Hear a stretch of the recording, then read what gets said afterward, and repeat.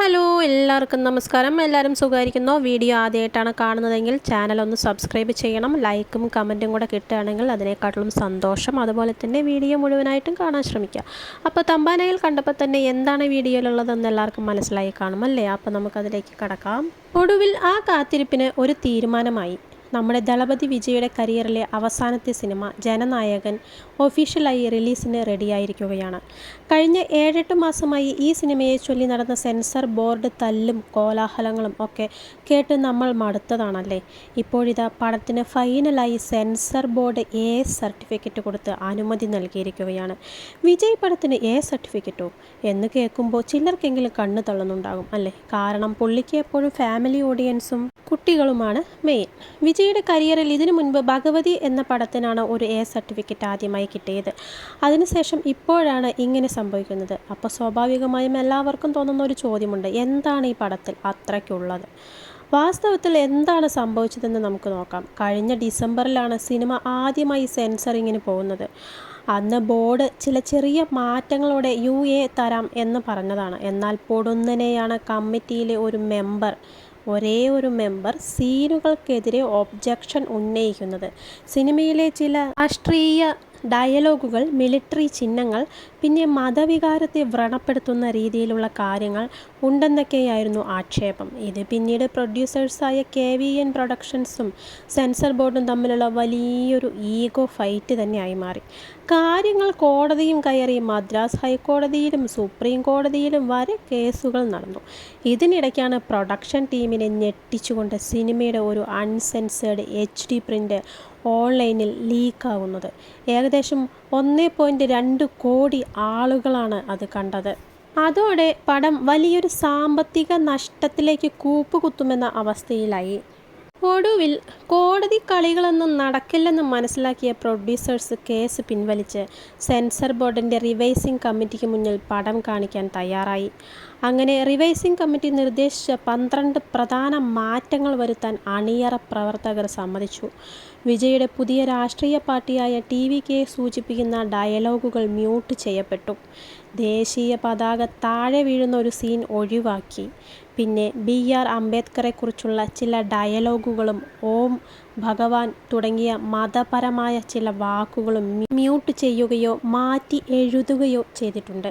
പക്ഷേ ട്വിസ്റ്റ് എന്താണെന്ന് വെച്ചാൽ ആകെ 20 സെക്കൻഡ് മാത്രമേ സിനിമയിൽ നിന്ന് കട്ട് ചെയ്തിട്ടുള്ളൂ. ബാക്കിയെല്ലാം അവർ പറഞ്ഞതുപോലെ മ്യൂട്ട് ചെയ്യുകയാണ് ചെയ്തത്.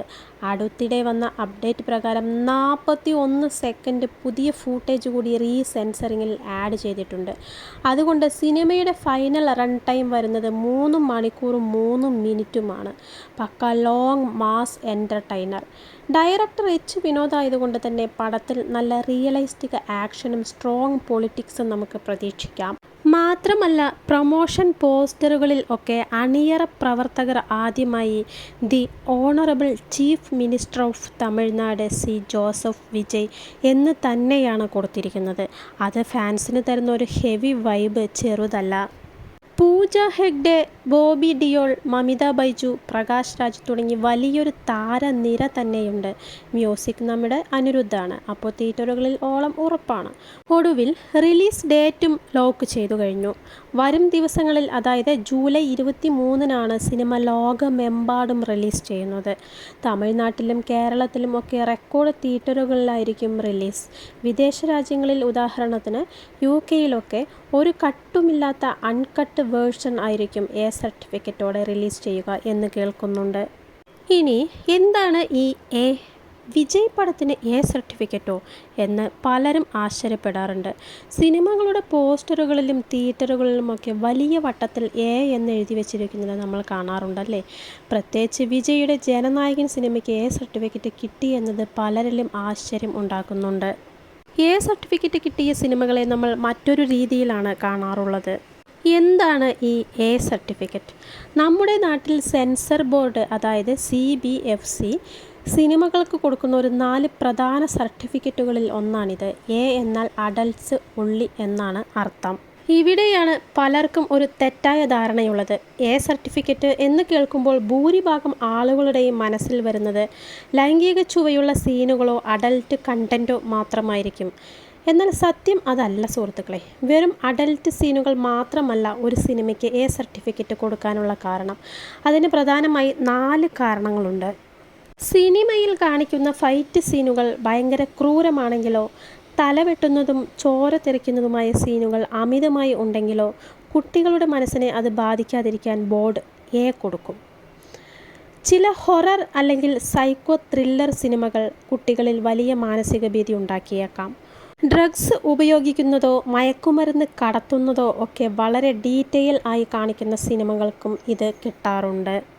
സമൂഹത്തിൽ വലിയ ചർച്ചകൾക്കോ തർക്കങ്ങൾക്കോ കാരണമായേക്കാവുന്ന ശക്തമായ പൊളിറ്റിക്കൽ ഡയലോഗുകളും ആശയങ്ങളും ഉണ്ടെങ്കിലും സെൻസർ ബോർഡ് എ സർട്ടിഫിക്കറ്റ് നൽകാറുണ്ട്.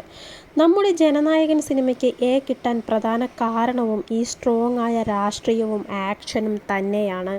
ഇനി ഇതിൻ്റെ നിയമവശം കൂടി നമ്മൾ അറിഞ്ഞിരിക്കാം. ഒരു സിനിമയ്ക്ക് എ കിട്ടിക്കഴിഞ്ഞാൽ 18 വയസ്സിന് താഴെയുള്ള കുട്ടികളെ, അത് മാതാപിതാക്കളുടെ കൂടെയാണെങ്കിൽ പോലും തിയേറ്ററിൽ കയറ്റാൻ നിയമപരമായി അനുവാദമില്ല. തിയേറ്ററുകാർക്ക് വേണമെങ്കിൽ ID കാർഡ് ചോദിക്കാം. തിയേറ്ററിൽ മാത്രമല്ല, TV ചാനലുകളിൽ ഈ സിനിമകൾ സാധാരണ സമയങ്ങളിൽ സംപ്രേഷണം ചെയ്യാൻ പറ്റില്ല.